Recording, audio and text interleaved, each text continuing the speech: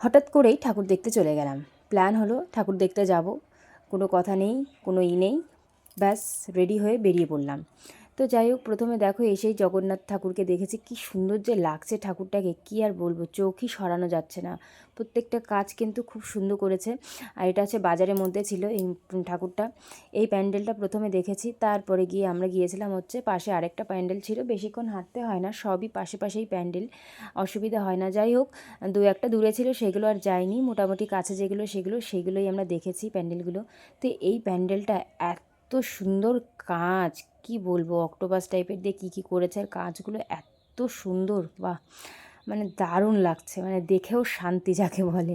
তো আমরা তো লাইনে সেরকমভাবে দাঁড়াইনি, কিন্তু যখনই আমরা লাইন থেকে বেরিয়েছি, বা প্রেম না হয় আর একটু দেরি করলে হয়তো প্রায় ঘন্টাখানিক তো মিনিমাম সময় লাগতো। আর ভিতরে দেখো এত সুন্দর কাজ করেছে চারিদিকে, চোখ সরানো যাচ্ছে না।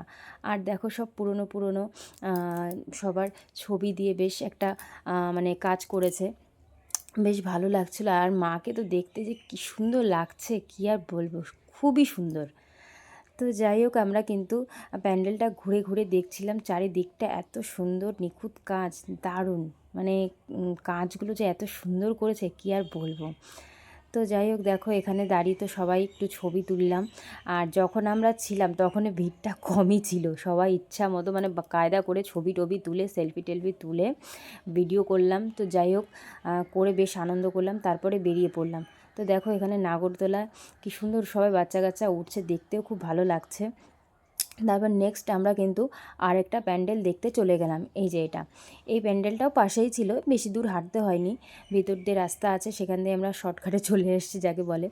তো যাই হোক, দেখো এই প্যান্ডেলটাও আমরা সেভাবে লাইন দিইনি, একদম অল্পই ছিল, কিন্তু যখনই আমরা বেরোচ্ছি তখনই যেন ভিড়টা বেশি হয়ে যাচ্ছে। যাই হোক, সকাল সকাল গেছিলাম বলে তাই বাঁচা।